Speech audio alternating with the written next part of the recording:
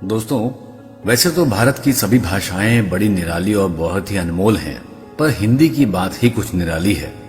ऐसा ही एक चमत्कार हिंदी में मैं आपके सामने रखता हूं, जरा गौर से सुनिएगा।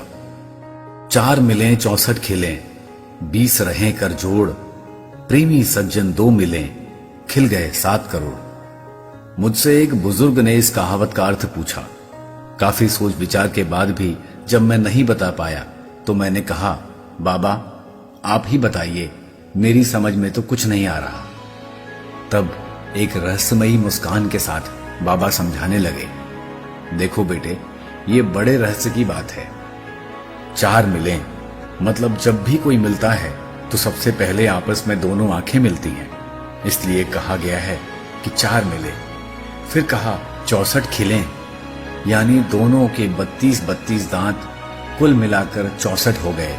इस तरह 4 मिले 64 खिलें।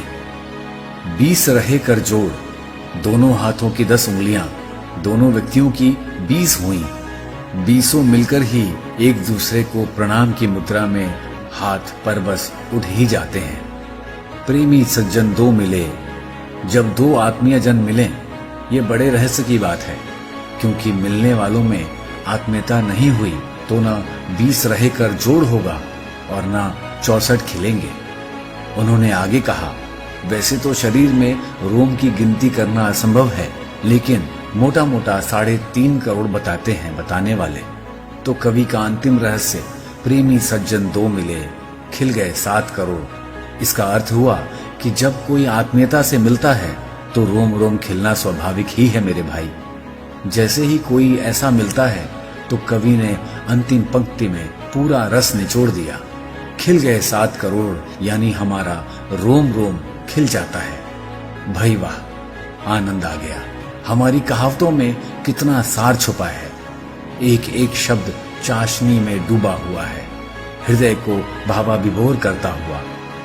इन्हीं कहावतों के जरिए हमारे बुजुर्ग, जिनको हम कम पढ़ा लिखा समझते हैं, हमारे अंदर गाहे बगाहे संस्कार का बीज बोते रहते थे।